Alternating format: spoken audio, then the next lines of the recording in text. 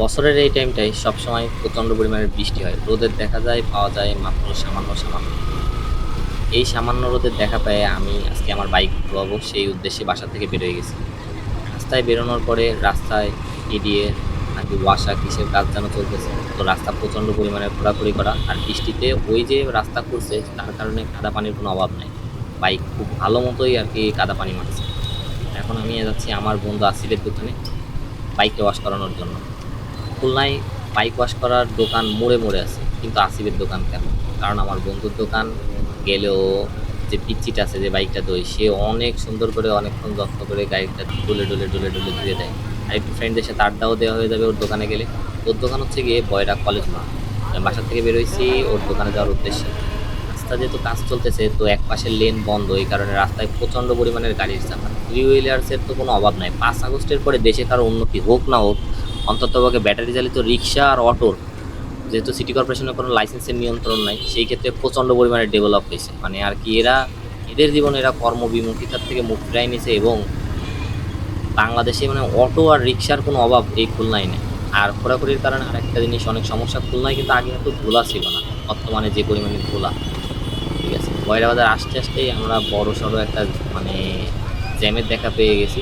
আর খেয়াল করেন অধিকাংশ জ্যামটাই সম্পূর্ণ অটোকে ঘিরে, মানে অটো রিক্সা এইগুলোর জন্য। ঠিক আছে, আপনি রাস্তায় যত বেশি গাড়ি দেখবেন বেশিরভাগ দেখবেন রিক্সা অটো। আর রিক্সাটার মেইন সমস্যা হচ্ছে গিয়ে মোটর লাগানো। এরা দাঁড়াইতে পারবে কিনা জানে না, কিন্তু এরা স্পিড উঠাই দেবে আপনার মনে করেন 80-তে 80। ঠিক আছে, ওই যে খাড়াটা অটো আমার খুবই ব্যস্ততা, মানে উনি ঘুরে ঢুকতে দিবে না। আমার অবস্থা হচ্ছে কি সেরকম। আমি এই জায়গায় এইসব রাস্তা এগুলো নিয়ে তর্কাতর্কি করি না আসলে। আগে কিন্তু খুলনা এগুলোর উপরে একটা নিয়ন্ত্রণ ছিল, খুলনায় অটো গুনে গুনে লাইসেন্স দিত, এবং রিক্সায় মোটর লাগানো রিক্সা চলা নিষেধ ছিল। তারপরে মেইন রাস্তাগুলো এই রিক্সা এইভাবে উঠতে দিত না, সেই সময় এগুলো নিষেধাজ্ঞা ছিল। কিন্তু এখন বর্তমানে এগুলোর অবস্থা অনেক খারাপ হয়ে গেছে। আর ধুলার বিষয়টা হচ্ছে কি, খুলনায় কাজ চলতেছে সেগুলো তো আছেই। আর কেন জানি আগে যখন 2017-16 সালের কথা, তখন হচ্ছে গিয়ে রাস্তার পিচ ছিল কালো, আর এখন রাস্তার দুই পাশে তো ধুলা ময়লা। মানে আপনি একটা নতুন জামা পরে বাসা থেকে বেরোবেন, 5-10 মিনিটের ভিতরে দেখবেন যে জামা যদি সাদা কালার হয় তা সেটা আপনি দ্রুত করে নিয়ে ফিরে চলে আসবেন। মনে হবে যে আপনার জামাটারে আপনি ব্রাশ করান না 2-3 বছর, এরকম একটা অবস্থা। তো সুন্দর এদিকে রাস্তাটা অবশ্য খোঁচাখুচি করে নাই, কলেজ মোড়ের এদিকে এদিকে সুন্দর পিচের রাস্তায় বাইক চালাইতে চালাইতে আমি প্রায় আসিফের দোকানের কাছাকাছি চলে আসছি। আর একটা জিনিস আছে খুলনা একটু অনিয়ন্ত্রিতভাবে চলে, সেটা হচ্ছে গিয়ে মাহিন্দ্রা। মাহিন্দ্রা তেলে চালিত, আর এরা লাইসেন্স আছে, সব কিছু আছে, কিন্তু এরা একটু বেপরোয়াভাবে চালায়।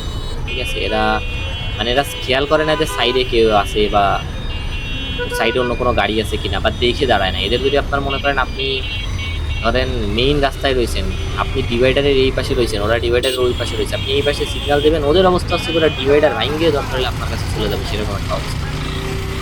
ঠিক আছে,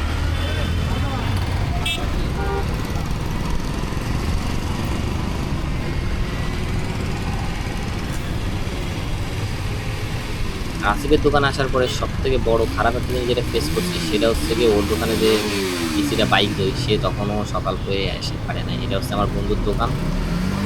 তো যাওয়ার পরে বললো যে বন্ধু সেই যে বাইক দই সে পিসি এখনো আসে নাই, তো চলো আমরা সেই পিসিরে আনতে যাই। তো তারপরে আমি পরে নিয়ে সেই পিসিরে আনতে যাচ্ছি। না, আমি যারে দিয়ে বাইক ধোবো তারে উল্টো আমার বাসা থেকে আনতে যাইতে হচ্ছে। তারপরে আমি একটু কষ্ট করতেছি, কারণ পিসি আমার বাইকটা অনেক যত্ন করে ধুয়ে দেয়, অনেক সুন্দর করে ডোলে ডোলে গাড়িটা ধুয়ে দেয়। আমি তেল দিই না, আমার গাড়িটা ম্যাট কালারের, তো আমি এটাই করে যে ধোয়ার পরে ওরা যারা ডিজেল মারে, আমি ডিজেল মারি না এই কারণে, কারণ ডিজেল মারলে কেমন যেন কালারটা হলুদ হলুদ হয়ে আসে। এই কারণে আর আমার ডিজেল মারাটা পছন্দ না, এই কারণে আমি ডিজেল মারি না। তবে বৃষ্টির সময় অনেকেই মারে। ডিজেল মারার আমার একটা ডিসবেনিফিট হচ্ছে গিয়ে, আমার ডিজেল মারার পরে আমার গাড়ির দুইটা ডিস্কের একটা ডিস্কের ব্রেকও ধরে না। এটা জানে, এটা সবারই সমস্যা, কিছুদিন চালাইলে আবার ঠিক হয়ে যায়, কিন্তু আমি ওই কারণে আর ডিজেল টিজেল দিই না। ওই যদি যেখানে যেখানে মনে হয় যে জং আসতে পারে সেখানে সেখানে 10W40 স্প্রে করে রাখি। তো পিসিরে নিয়ে আসার পরে পিসি খুবই সুন্দর করে আমার বাইকটা ধুয়ে দিচ্ছিল, আর আমি বাইকের কাছে দাঁড়ায় দাঁড়ায় একটু শ্যুট করলাম। আর হচ্ছে গিয়ে আর বাইক ধুয়ে দেওয়ার এই বিষয়টা খুবই এনজয় করলাম। মানে নিজের বাইকটা নিজের চোখের সামনে টলে টলে ধুয়ে দিচ্ছে যত্ন করে, এটা দেখার ভিতরে একটা মারাত্মক স্যাটিসফ্যাকশন আছে। যারা বাইক লাভার তারা তো অনেক ভালোই জানেন। তো আজকের মতো এই পর্যন্তই, সবাই ভালো থাকবেন, দেখা হবে নতুন কোনো ভিডিও।